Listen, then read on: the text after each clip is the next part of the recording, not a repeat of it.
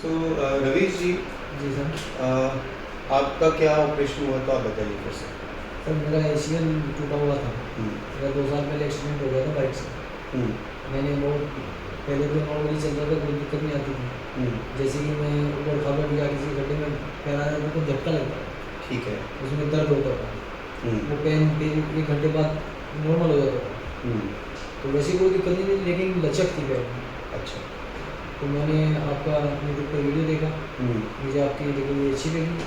हम्म, तो मैंने आपसे कॉन्टेक्ट किया। हम्म। तो आपके यहाँ पे मैं 18 जून को यहाँ पे एडमिट हो गया था। आप मुझसे पहले मिलने आए थे जी सर। और 1 हफ्ते पहले आया था सर। एक हफ्ते पहले आप मुझसे मिलने जी। मिलने के बाद में आपके दिमाग में क्या क्या चीज़ें चल रही थी, हमको सर- बेसिकली एक मानसिकता समझनी है लोगों जी की। सर।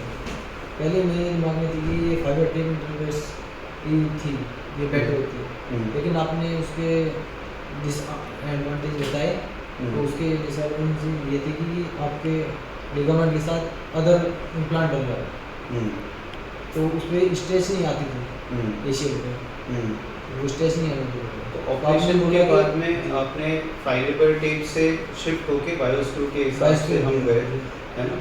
ऑपरेशन की हमने डिसीजन ली और बेसिकली हमने पहले पूरा क्लिनिकली चेक करके एक डिसीजन लिया कि हम ये काम करेंगे। ऑपरेशन के टाइम पे डिसीजन होगा कि क्या होगा, जी सर। और ऑपरेशन आपने पूरा स्क्रीन पे Live देखा पे सर। पूरा लाइव देखा। जी सर। और मैं आपसे ऑपरेशन पे बात भी कर रहा था जी सर। कि हम अब ये स्टेप कर रहे हैं, इसके बाद ये आ रहा है, इसके बाद ये बटन आ रहा है, ये आपका बायोस्क्रू है और बायोस्क्रू हम डाल रहे हैं अच्छे से।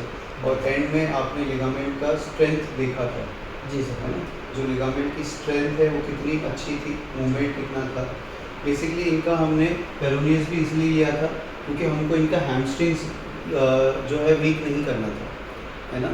हमारे इसके MCL में ग्रेड 1 की इंजरी थी, तो MCL की ग्रेड 1 इंजरी अगर हम उस साइड से और लेते तो इसके अंदर की साइड और वीक हो जाती, तो इसलिए हमने हैमस्ट्रिंग की जगह इनका पेरोनियस लिया था। जी और पेरोनियस से हम रिकन्स्ट्रक्ट करने के बाद में जब ACL पूरा बन गया, जब हमने MCL देखा तो MCL में बिल्कुल भी लचक नहीं थी।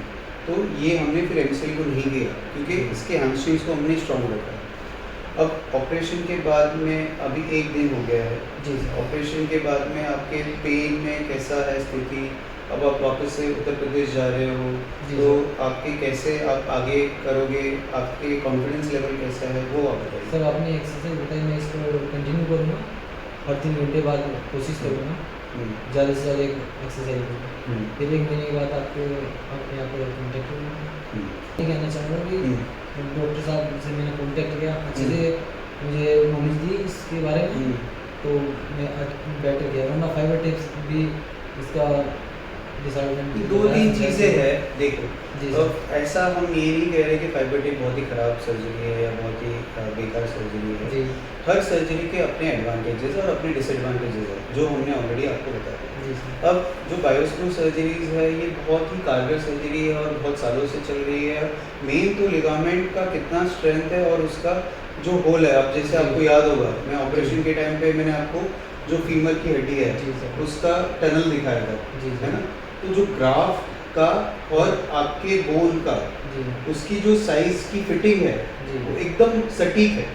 जी सर। आपको अगर याद होगा तो हमारा जो असिस्टेंट है वो कह रहा था कि सर आप 8 का करो जी। रिव्यू, है ना। मैंने कहा नहीं, वो एग्जैक्टली फिटिंग उसकी होनी बैठनी चाहिए। जी। मैंने कहा जितने का ग्राफ्ट है उतने का ही आपको ग्राफ्ट डालना है, जी। कम का नहीं डालेंगे। बिकॉज क्या लूज होगा, नहीं रहेगी। लूज नहीं रह जाएगी तो ग्राफ्ट हिलेगा, है ना। तो इंटरनल ब्रेस में भी कभी कभी क्या होता है कि जो बायोस्क्रू हम डालते हैं वो स्क्रू और लिगामेंट को इतना अच्छे से चिपका देता है कि वो बोन के साथ में लिगामेंट की कांटेक्ट स्ट्रेंथ इतनी अच्छी होती है, तो उसकी हीलिंग की कैपेसिटी बहुत अच्छी होती है। बट अगर आपका बोन, इंटरनल ब्रेस की बात करो, अगर बोन का जो साइज है और ग्राफ्ट का मिसमैच है ना, जी। तो समझ रहे हो कि ये इतना गोला है और ग्राफ्ट इतना है, जी। तो ये ग्राफ्ट हिलेगा। जी सर। अगर वो ग्राफ्ट हिलेगा तो वो बोन को खाते जाता है बहुत बारी। तो बहुत बारी ग्राफ्ट की वजह से हम इसको बोलते हैं विंडशील्ड वाइपर इफेक्ट या बंजी जंपिंग इफेक्ट। ये जो इफेक्ट होते हैं तो वो ग्राफ्ट की हड्डी को लूज कर देता है। ये सब में नहीं होता है, बट अगर आपका परफेक्ट फिटिंग हो रहा है ग्राफ्ट जी का सर। तो उसमें भी बहुत अच्छे रिजल्ट आता है। आपकी सर्जरी बहुत ही बेहतरीन हुई है। जी अब सर। आपको मेहनत करके इसको एक्सरसाइज करके कराना है। इस पर कूल पैक ज़रूर लगाइएगा ताकि सूजन दर्द है वो कम रहे। और हर महीने हम इसकी रिकवरी देखेंगे और आप भी मुझे हर 15 दिन में एक वीडियो भेजना कि भाई आपकी कैसी वीडियो की रिकवरी आ रही है। जी सर। हो सकता है ऑनलाइन हम फिजियोथेरेपिस्ट से भी आपकी बात करें, अगर कोई दिक्कत आए तो आप उसको वैसे एक्सरसाइज करते रहें, ठीक है। तो I hope for good recovery Ravish ji, and thank you आप Thank you, sir. इतनी ट्रस्ट से यहाँ आए और हमने जितना हमसे हो सकता है बेस्ट से बेस्ट काम करने का ट्राई किया है जी। और आप जैसे लोग और लोगों को प्रोत्साहित करेंगे